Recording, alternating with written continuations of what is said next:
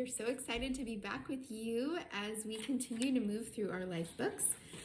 So today we will be talking about page 29, starting with a lamp under a basket and moving through page 30, almost to the bottom, and ending with the parable of the mustard seed. So when we begin, this is wrapping up. We're not wrapping up, but getting close to wrapping up chapter 24 with the basket part. That's something that it makes sense. Like, okay, if there's a lamp, but then you put a basket over the lamp, well, then the lamp's not serving its purpose, because the lamp's purpose is to shine light. And as followers of Jesus, that's what we're called to do. So I read. Anyway, Jesus goes and he explains it very well, and then he goes and says, "Is a lamp brought in to be put under a basket or under a bed and not a stand? For nothing is hidden except to be made manifest, nor is anything secret except to come to light. If anyone has ears to hear, let him hear." So Jesus is saying this, and there was a commentary in one of our Bibles that we thought explained this really well. And it says this: "Many Christians today are hidden from sight, reluctant to be identified as Christians. Such a Christian is like a brand new light that never leaves the carton it came from. If a lamp doesn't help people see, it isn't worth much." Does your life show other people how to find God and how to live for Him? If not, ask what quote unquote baskets have hidden your light. Could it be complacency, like going and being stuck, just kind of lazy, resentment, embarrassment, stubbornness of heart, or disobedience? They could all keep you from shining. What do you need to do to let your light shine? And I think that that's just such a good reminder. Like, there's that, it's a kid's song that talks about letting your light shine. And it's something that our little ones, Aaron and Ariana, like they sing, and they really like the song. But it's so true. Like, if we have the light of Jesus inside of us, then the thing is, we're going to be able to help others. And that's something that we think sometimes need to remember. Mm-hmm. And if you're wondering, like, how do I share my light? What does that mean, shining light, sharing? Like, that makes me think of, like, being brave with sharing our faith, sharing how God has worked in your life and the joy that you have, and through kindness towards others and generosity. Like, you don't just have to say, you should believe in Jesus because He's real, but, like, tell them, like, why you have the faith that you have, and show them with your actions of love and kindness. That's what's going to win their hearts.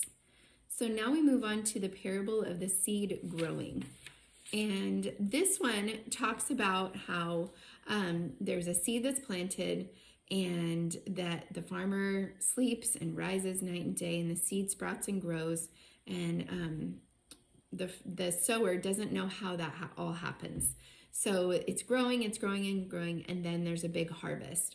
So what this means is that it's our job as the sowers, like we talked about in the past video, about sowing the seed. That means sharing Christ Jesus' love with others.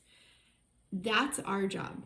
God's job is to actually grow the seed, to plant and water through His word, through their relationships with Him. So don't feel like if you're out there and you're sharing your heart with others, you're telling them about the good news of Jesus and His love for them, don't be discouraged, because not everyone is going to receive that message right away. I remember when we first started doing Refuge, there were kids that were coming, and then all of a sudden we found out that they were making bad choices, and it was really hard for us, because we were like, wait a minute, like, we shared God's love with them, we shared the joy and the hope that we have in Jesus, and they didn't listen, and that will happen sometimes.